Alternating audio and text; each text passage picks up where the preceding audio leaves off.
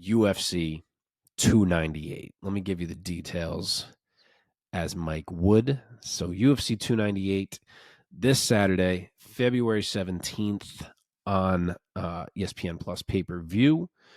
It is happening at the Honda Center in Anaheim, California. Main event, obviously, is Alexander Volkanovski defending his featherweight title against Ilia Topuria. And let's get into this thing. So I'm going to take 8 fights as the fights to truly break down here. There's, I believe, 4 others. I think it's a 12-fight card. So of the ones that I'm not going to do, I will highlight that Rinya Nakamura is on this card. He's fighting Carlos Vera, who you may know if you watched the recent season of Tough. He was eliminated by Brad Katona on that season.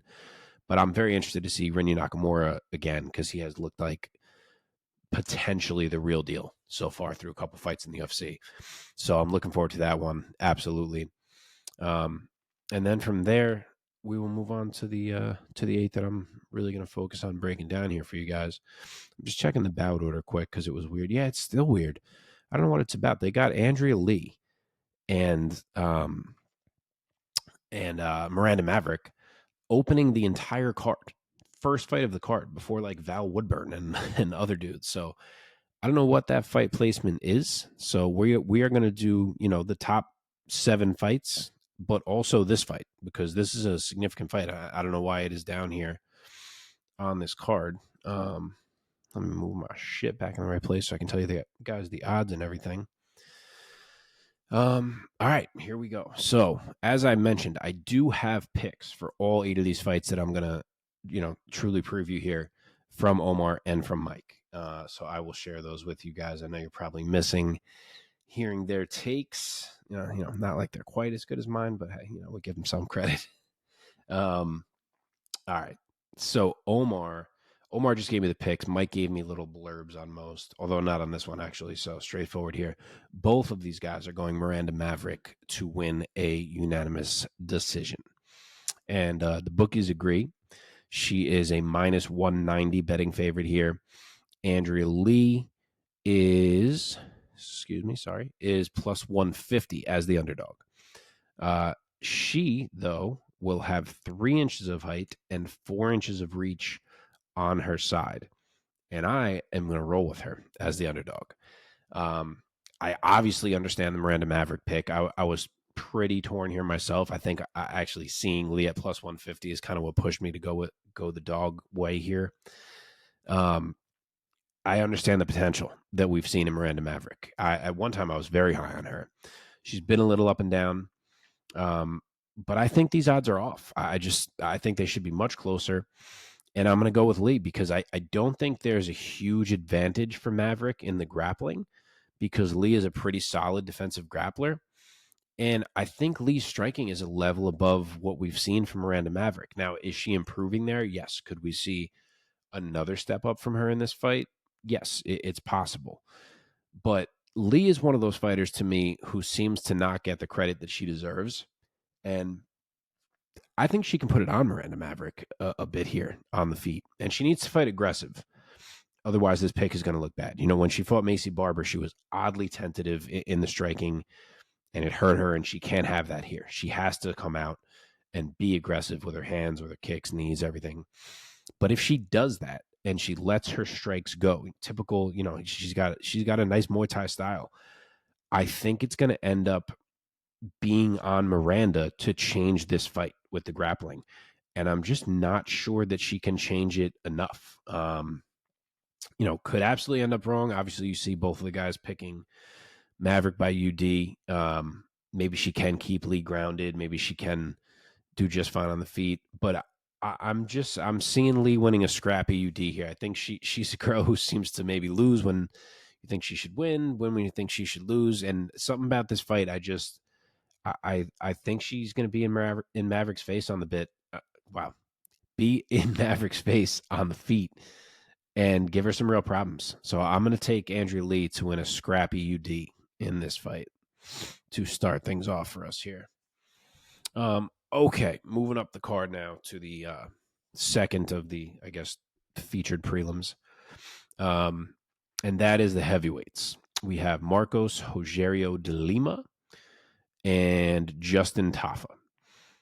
Going back to the boys quick, they're in agreement again. Omar's going Tafa by round 2 knockout, and Mike is going Tafa by round 1 knockout. He did give me a little blurb here, Mike. Mike says, something about those Tafa boys. I feel like these kind of heavyweight fights are toss-ups, just a matter of who lands first. I'm rolling with the Samoan power.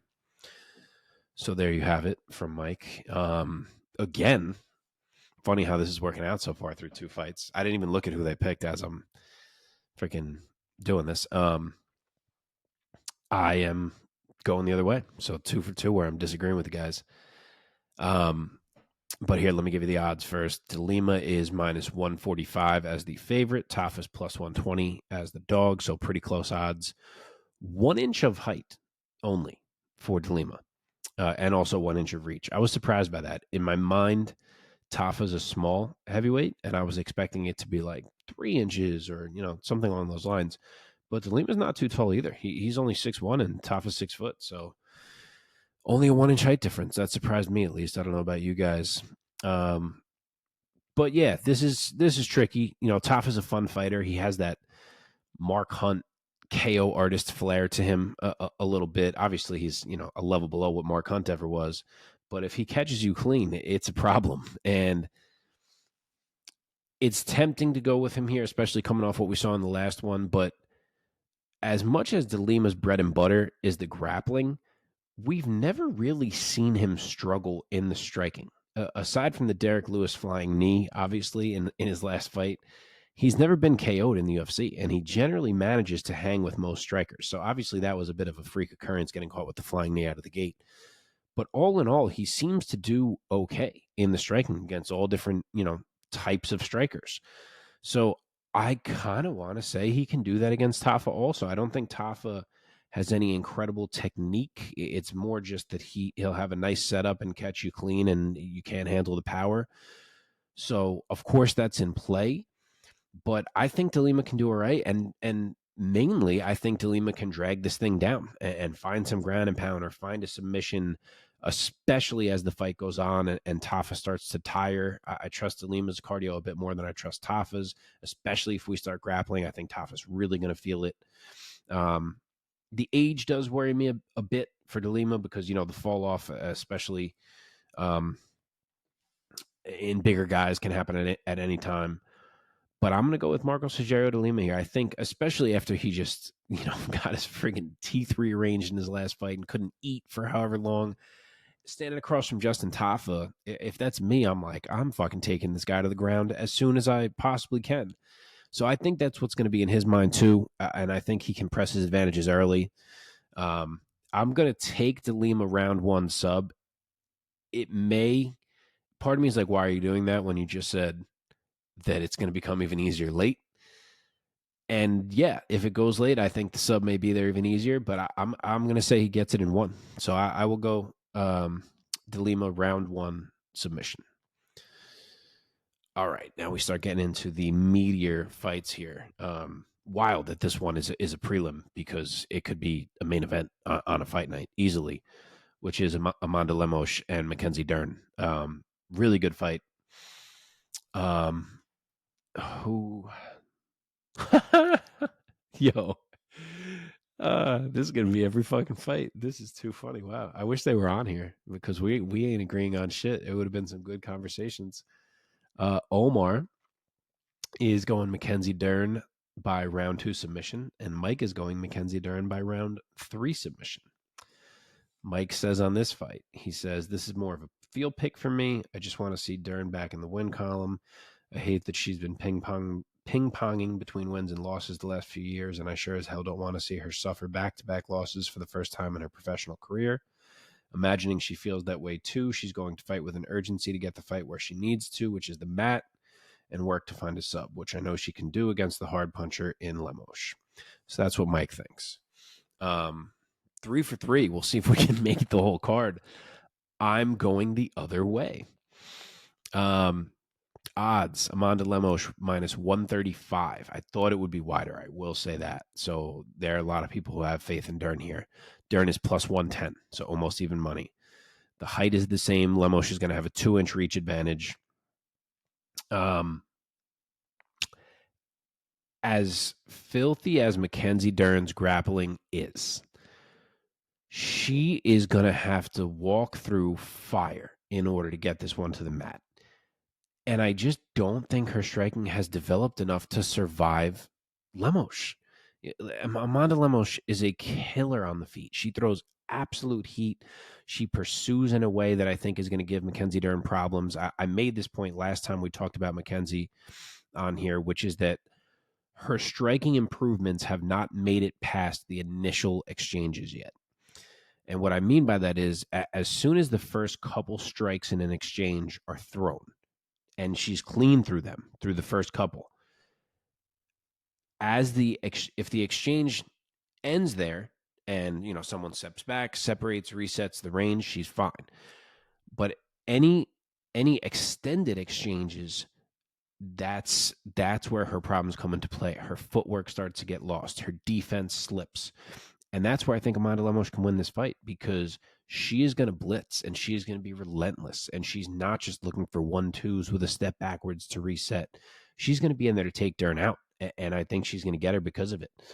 Now, she'll have to be careful to not be over aggressive and just walk into a takedown, because Dern is certainly going to be looking for them. And things could change really fast if she does, because I don't love Amanda Lemos' grappling. And she is the type of girl where if Dern does get this thing to the mat, Dern may only need the one time. So we'll see about that. And obviously always this kind of fight, when you pick it, if you go the other way and then it does play out, one takedown, one sub, you look really bad. But I'll take that risk, because I don't see anything yet from Mackenzie on the feet that makes me think she can survive prolonged exchanges with a killer like Amanda Lemos. And I think that's what she's going to be in.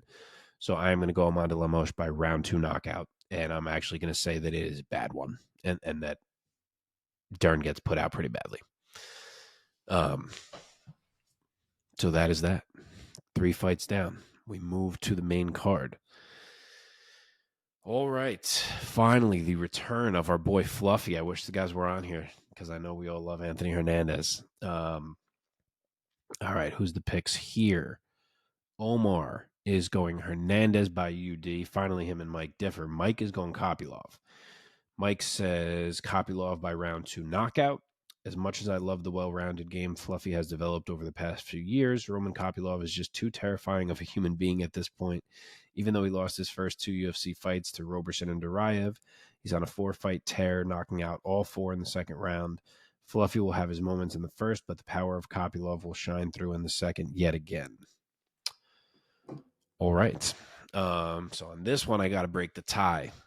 Odds-wise, sort of wide. I know Kopylov is a late replacement. I didn't think it would be this wide, but Hernandez is minus 250 and Kopylov is plus 200.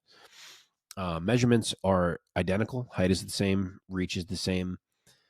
And I'm not surprised the guys are split, because this is a tough one, because I never want to pick against our boy Fluffy, but Roman Kopylov has also looked extremely dialed in lately and has been impressing us quite a bit. He has really managed his reads so incredibly well as these fights have gone on, managed the range in these fights incredibly well. But let's look at who he's beaten on this run of 4 straight KOs. Alessio Di Chirico, Punahele Soriano, Claudio Ribeiro, and Josh Fremd. And if you think back on any of those fights, every single one of those guys went in there to strike with Roman Kopylov. Some tried to blitz him. Some tried to walk him down. Some tried to snipe him. There were different approaches. But they all wanted to strike with him. Anthony Hernandez ain't that. He is in there to pressure you and grab a hold of you and overwhelm you with his pace and with his grappling onslaught. And as long as he doesn't have any issue adjusting to Kopylov's range and timing in the first few minutes of this fight, as they're kind of still cold and settling in, that is where I think he could potentially get caught. But as long as he can get past those opening 2-3 minutes of adapting to the range and how he wants the pressure and all that. I think this is going to dramatically shift into being a fluffy Hernandez fight. As good as Kopylov has been, I don't think his grappling or his cardio are at a point where they can stand up to what Fluffy's going to bring. He is a absolute cardio monster. He beats guys purely with pace. He puts on a pace like you've never seen in your life. If you are not familiar with Anthony Hernandez, please watch this fight. The guy is amazing to watch fight. You leave every fight like, how does he do that? But the pace is incredible. I will say that I worry a little bit about body shots because Fluffy has been hit to the body before, and Kopylov has some deadly body shots, but I don't know if he's even going to want to throw kicks because of the risk of the takedown. So it may become only hands to the body, which helps a little bit. But either way, I think the style matchup favors Hernandez too much. I am going to go with Anthony Hernandez via drowning and also by a third round submission over a tiring Kopylov. All right. Now we're getting into the real big deal fights. We have Geoff Neal and Ian Garry. I just realized I'm not giving you guys like the records and the backgrounds of the fighters the way Mike would, but oh well, different style here on the One Man Mark show. So yeah, Geoff Neal, Ian Garry, welterweight fight. Let's see the picks. Omar, round 3 TKO for Ian Garry. And Mike, round 3 TKO for Ian Garry. He says Garry gives us another clinic over another talented striker, building his stock significantly. All right, so both of the guys are confident in Ian Garry. Both of them think he gets a finish in this fight. He is the betting favorite. He's minus 240. Geoff Neal's plus 190 on the other side. Excuse me. 4 inches of height for Garry, but a 1-inch reach for Geoff Neal, which is interesting. But not surprising if you know Garry because his arms are really not terribly long for his frame. This is a great fight. It's one that obviously we were supposed to have before, and it's come back together now. Thankfully for those of us that enjoyed the idea of this matchup. A little more heat on it now after the back and forth between the two of them last time. And Geoff Neal is absolutely live as the underdog in this fight because Ian Garry can be hit. We've seen it a few times. We've seen him get dropped by why am I blanking? By Kenan Song. And Neal's hand speed and accuracy and of course power, especially with the left hand, they could be a real problem for Ian Garry.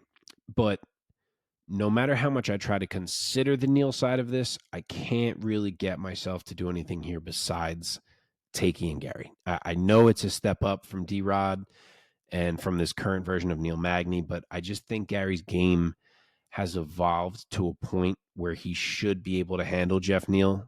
Garry's the slicker, more educated striker of the two. He sets more traps. I think he's going to feel longer in there, even though he's at a 1-inch reach disadvantage because of the kicks, even though Geoff has the reach.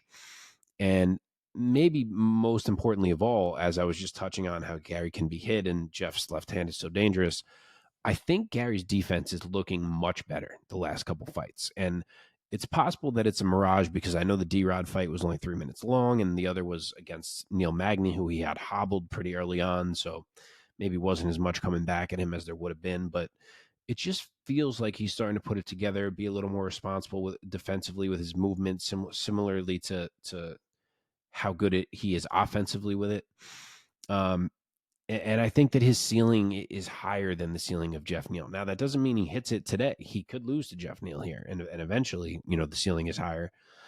But I'm going to roll with him. I think he can slowly pick Neal apart in there. And Neal keeps a very high guard, which is another point. I think you'll see body shots from Garry, leg kicks, and that the variety will just add up and be enough for him to take the dub. And I'm also very intrigued by the fact that he's training at Shooter Box. Somehow this just completely slipped past me. I didn't even know this. And then I'm turned on Embedded and he's fucking rolling with Charles and training at Shooter Box. So yeah, I kind of like that. I mean, if there's anything missing from Ian Garry's game, I mean, and maybe this isn't entirely fair to say, but it's that he's a little bit point fightery. Like you would have loved to see him finish a one-legged Neal Magny, and he couldn't do it. It's just a little bit of that violence is missing that could really put him over the top. You know what I mean? And he may get that from training at that gym because those boys don't fuck around. So I'm intrigued, and I'm going to trust Ian Garry here, and I will take him to win AUD. Okay, well, we got three more, yeah. All right, so we move to the first of the two Georgians on this card. Big card for Georgia. I didn't even realize that Georgia, the country, by the way, if you're confused by what I'm saying, not the state. I didn't even realize it until like yesterday. I was like, oh shit, Merab and Topuria, both same card. So this one is Merab and Henry Cejudo, probably for the next title shot, especially if Merab wins. Would Henry get it right away? I guess maybe. All right, so who'd they take? Omar's going Merab by UD, and so is Mike. Mike says, no way I'm taking Cejudo in this matchup. I imagine Merab to be a heavy betting favorite. I'll share that in 1 second. Cejudo has been retired for so long, and to come back and fight a machine like Merab is too much to ask. 30-27 for Merab. All right, so that's Mike's take. And I will give you mine here. Fairly wide, not huge. Merab is minus 220. Henry Cejudo is plus 180. When's the last time Henry Cejudo was plus 180? I don't even think he was that against Aljo, right? Yeah, I don't think so at all. The measurements are 2 inches of height and 4 inches of reach on the Merab side of things. So pretty significant for a guy who I felt like was like almost the same size as Henry in my mind. Like I thought maybe 1 inch and it's 2, but then the 4 inches of reach I didn't really see coming. So that's a nice little chunk on the side of Merab. And yeah, I agree with the boys on this one. We just all went Garry as well. Yeah, so that was our first unanimous one, Garry, and we're unanimous again here. I think this may be the end of Henry Cejudo. It's not that I don't believe he's still good. You know, he looked fine against Aljo despite the loss, but it's been nearly 4 years now since his last win. He's 37 years old, and Merab Dvalishvili is a monster. He is one of the most frightening people to watch fight in the game right now. The things he does to guys don't even make sense. He made Petr Yan look like he had nothing to offer. Now, granted, Jose Aldo was able to stand up to Merab in a way that Yan wasn't. And maybe Cejudo's takedown D is more similar to Aldo's than it is to Yan's. But, like, I don't know, because Aldo's is legendary. And Jan's was supposed to be pretty damn good. So, obviously, I know Henry's an Olympic wrestler and all this, but I don't know. I'm interested to see the way he can stand up to Merab's takedowns. But even if he does, I still see this being a smothering. I don't think Cejudo's going to be able to get much off in his striking and be, in and out the way he wants to. I doubt he can land like a one-hitter quitter on Merab. He just doesn't necessarily have that.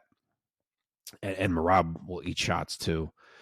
And I don't think he can purely out-wrestle Merab at all. I don't see that at all. I know Merab is not an Olympian like Henry, as I said a second ago. But it's MMA wrestling. And I think he's going to be the one who outworks Henry in this fight. It may not be dominant.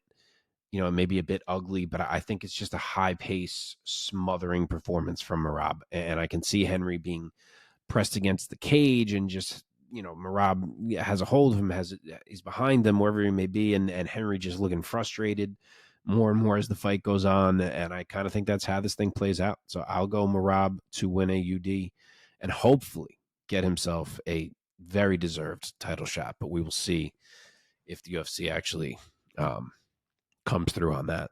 All right, sip of water before we go to the co-main here.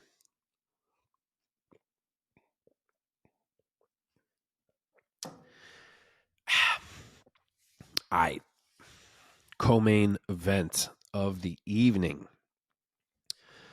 Middleweight division, the former champ Robert Whittaker taking on Paulo Costa. Let's see who the boys got. In this one, Omar going Whittaker to win a UD. Mike also going Whittaker to win a UD. Mike says Bobby Knuckles will continue to show why he's the best 185er in the world, not named Israel Adesanya or Pereira. Are we forgetting about the champion, Dricus du Plessis, who beat Rob? Anyway, I'll ask Mike about that another day. And he will call out Strickland on the mic. Interesting. Okay. All right. So Whittaker is a pretty significant favorite, despite, obviously getting finished and Costa being a big, scary man. Whittaker is minus 250, excuse me. And Costa is plus 200. 1 inch of height for Paulo, but 1.5 inches of reach for Bobby Knuckles. And we're making it 3 in a row here where me and the boys are unanimous because I am on Robert Whittaker as well. I do have a little bit of pause considering what we just saw from Rob against Dricus du Plessis and knowing that Paulo is a similarly huge and powerful striker. But I think the Dricus performance was, A, a bad night for Rob, and B, more so because of the awkward style. And Costa is much more of a straightforward style striker in his movements compared to what Dricus is. And we've also seen Whittaker beat other big, strong guys like Cannonier and Vittori. So it's not like that is the problem necessarily. I really think it was just Dricus is a unique fighter, as we are seeing more and more every time he fights. But like that Vittori fight was only one fight ago for Rob, and he dominated him. And that's a guy that Costa's lost to for what it's worth. Good fight, but he lost it. Plus, he hasn't fought now in like a year and a half. And in his last fight, he had to work hard to beat a gassed Luke Rockhold. So, it was a weird one. They were at altitude. They were both kind of gassed. But, point remains. So, barring a sudden fall off from Rob, I just don't feel like Paulo is on his level.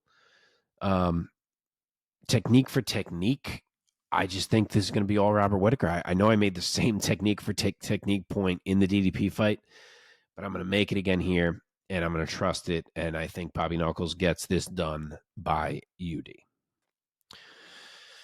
And that, ladies and gentlemen, brings us to the main event. Alexander the Great Volkanovski defending his UFC featherweight championship against Ilia Topuria, the man who is undefeated and who has torn through this division and has already anointed himself as the champion on Instagram and everywhere you look, and already has a documentary about how he won the belt and all this. So it should be a great one. Let's see who the boys got.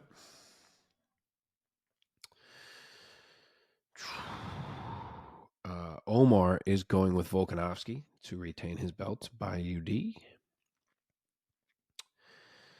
Mike is going with N-New, Ilia Topuria by UD. He says, I believe it will be, and it should be, Topuria's toughest challenge in his career, but I believe his hand speed and power will make the difference. All right, so they're 1-1. I got to split the difference here. I won't spoil it for you yet. All right, let's dive into it. Betting lines, incredibly close. Alexander Volkanovski is minus 125. A man who has never lost at featherweight. And Ilia Topuria is plus 105. Even money practically for a UFC featherweight against Alexander Volkanovski. Seems wild, but he has looked that good. All right, measurements. 1 inch of height for Ilia, but 2.5 inches of reach for Volk. Yeah, it's a hard one. It's a hard one for sure. Because as good as Topuria is, his only 2 ranked level wins of his career were against Josh Emmett and Bryce Mitchell. And as good as they both are, they're not even on the same planet as Alexander Volkanovski, who is an inarguable all-time great, and a great who is still yet to lose at 145 pounds. But on the flip side of that, both the Emmett win and the Mitchell win were absolute showcases, and in different ways. Against Bryce, Ilia showed you the grappling pedigree, just absolutely ragdolled a guy that no one else had been able to outgrapple to that point or even deal with his wrestling. And then against Emmett, he showed you the boxing. He just controlled every bit of space in that fight, controlled every step, every exchange, dominated Josh completely. So you see that, and it's like, well, who cares who he's fought, because he's clearly unreal and is on this level. So it's just very hard to gauge how all of that matches up with Alexander Volkanovski, just because, as I said, it's such a jump from who he's fought so far. But the talent seems to imply that he should be able to hang here, if not win, as obviously a lot of people think he will. As for Volk, I mean, you guys know at this point, we don't need to talk about how good Volk is everywhere. Yes, he finally took a clear L in his last fight on short notice against Islam. But right before that, he's finishing Yair in 3 and arguably beating Islam, depending on your take on that fight. So it's not like he's fallen off simply because of the one loss. It's tough. But I think I'm still going to take Volk. I think I'm going to say Volk turns him back. If Islam couldn't out grapple Volk, do we really trust that Topuria is going to do it? I know he's dangerous. I know he's a hell of a grappler, but fuck, so is Islam Makhachev. And Volk was sitting there safe, taunting him and punching backwards and everything. So is he getting tapped by Topuria? I mean, I don't know. I know Ortega was close, but even Ortega didn't get it. And Ortega's filthy too. So, we'll see. I mean, maybe Topuria's at a level we don't even realize, but I'm not ready to say, without seeing it with my own eyes, that he's going to out-grapple Alexander Volkanovski. And standing as good as Ilia is, I think he's going to meet a lot of resistance from Volk, who just has such an incredible understanding of timing and of his own footwork and what shots to throw in what moments in terms of balance and what can land the hardest from certain angles. Volk is a master of this. He has broken guys just simply through, I don't even want to say volume, just through the shots he picks. And Ilia is, a lot the same. But what the point here is that Ilia is now meeting a guy who can match him. He can control space the way that Ilia does. His footwork is as good as Ilia's is. His boxing, his hand speed, his power. Volk is longer. I mean, he's matching a guy. I'm not saying it's all identical, and in some spots I think Volk is better. But as an overall striking package, I think Topuria does not have an advantage for the first time. And I think by virtue of making the fight difficult for Ilia, the fight is going to start to turn. Because, as I was alluding to in the beginning, Ilia is so unbelievably confident heading into this fight, to the point that it's rubbing some people the wrong way. That, if you don't know, as I was saying early on, he's already got that he's 15-0 on his Instagram. He already has that he's the champ on his Instagram. He's been filming a documentary called Road to the Belt about how he won this title. He's been talking about how he's clearly going to win this belt. And then when he wins it, he's not letting any of the contenders fight for it. Not letting Yair or Ortega, like he's already saying who he will or won't fight, and that he only wants super fights and all this. We've seen it before. Obviously, there's been guys who have talked this way. Conor certainly did. But maybe Conor was a little more fun about it because, I do think Ilia seems to be annoying some people, not everyone, but I see some people are like, what's up with this dude? I'm sure his countrymen in both Georgia and Spain do not care at all and are all about it. So I'm sure it's fun for them.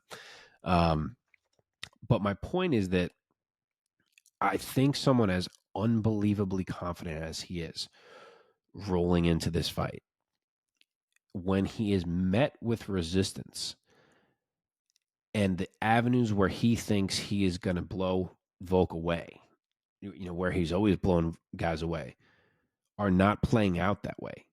I think you can't help but have it mess with your head a little bit, where you just feel like, well, fuck, this is harder than I'm used to it being by quite a bit.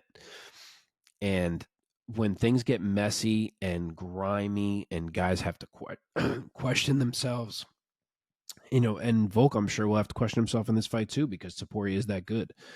But when things get that way, just as I said, grimy, dirty fights, guys are in their own heads questioning what they have left. I think I want to be on the side of Alexander Volkanovski. and I am going to say that he takes this one out, and that he retains his belt by UD. So I will go with Volk. Two of us on Volk. Mike is on Topuria. We'll see if he ends up looking very smart picking the new champ. But I'm going to go Volk by UD.